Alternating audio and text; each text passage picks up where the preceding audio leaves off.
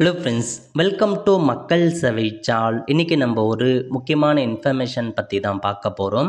அதாவது பட்டாவில் இறந்தோர் பெயரை நீக்க விண்ணப்பிக்கலாம் அப்படின்ற மாரி ஆட்சியர் பார்த்தா ஒரு முக்கிய அறிவிப்பு வெளியிட்டிருக்காங்க. இப்போ இதை பற்றின மொத்த இன்ஃபர்மேஷன் தான் இந்த வீடியோ பார்க்க போகிறோம். இந்த வீடியோ ஸ்கிப் பண்ணாமல் ஃபுல்லாக பாருங்கள். அது மட்டும் அல்ல, இந்த வீடியோ நிறைய பேருக்கு ஷேர் பண்ணுங்க. ஓகே, அதாவது திருநெல்வேலி மாவட்டம் இருக்குது பாருங்கள், அங்கேருந்து இந்த ஒரு அறிவிப்பு கொடுத்துருக்காங்க பாருங்கள். அதாவது தமிழ்நாடு முழுவதும் உள்ள கிராமப்புறம் மற்றும் நகரப்புறங்களில் உள்ள நிலங்களின் நில அளவை ஆவணங்கள் கணினிமயமாக்கப்பட்டு இணைய வழியில் பொதுமக்கள் அனைவரும் எளிதில் பார்வையிடும் வகையில் அச்சிட்டு பயன்படுத்தும் வகையில் இந்த வெப்சைட், அதாவது eservices.tn-government.in இந்த வெப்சைட் மூலமாக நீங்கள் பயன்படுத்திக்கலாம் அப்படின்றத சொல்லியிருக்காங்க.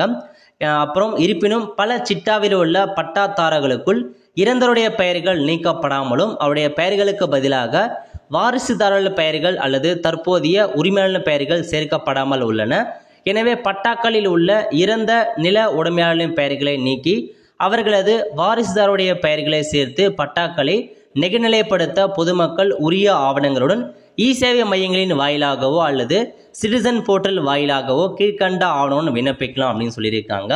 சிட்டாவில் உள்ள இறந்தவர் பெயரை எப்படி நீக்கலாம் அப்படின்னு பார்த்தீங்கன்னா, அதுக்கான டாக்குமெண்ட் இறப்பு சான்று, வாரிசு சர்டிஃபிகேட், மேற்கண்ட வாரிசுகளின் எவரேனும் இறந்திருப்பின் அவரது இறப்பு சான்று மற்றும் வாரிசு சான்று, பட்டா மாறுதல் கோரும் புலம் தொடர்பான வில்லங்க சான்று, பதிவு செய்யப்பட்ட பாக பிரிவினை தான செட்டில்மெண்ட்டுக்கான நகல் கொண்டு போகணும்.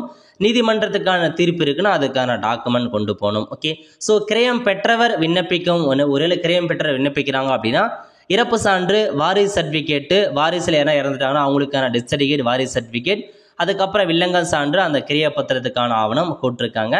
இதெல்லாமே பயன்படுத்தி இறந்தவர் பெயரை நீக்கிக்கோங்க அப்படின்றத சொல்லியிருக்காங்க. இதாங்க உங்களுக்கான இன்ஃபர்மேஷன். அதாவது இறந்துட்டாங்க அப்படின்னா அதோ பட்டாவில் இருக்கவங்க இறந்துருப்பாங்க, இன்னமும் அவங்க பெயரை நீக்காமல் அதே பேர் தொடர்ந்துட்டு இருக்கும். அந்த மாதிரி இருக்கவங்க நீங்கள் உங்கள் பெயரை அவங்க ரிமூவ் பண்ணிவிட்டு உங்கள் பெயரை சேர்த்துக்கோங்க அப்படின்றத சொல்லியிருக்காங்க. ஆல் த ஃப்ரெண்ட்ஸ், இதான் உங்களுக்கான இன்ஃபர்மேஷன். கண்டிப்பாக இந்த வீடியோ பிடிச்ச லைக் பண்ணுங்கள். அது மட்டும் அல்ல, இந்த வீடியோ நிறைய பேருக்கு ஷேர் பண்ணுங்கள். அடுத்து ஒரு நிலையில் சந்திப்போம். நன்றி, வணக்கம்.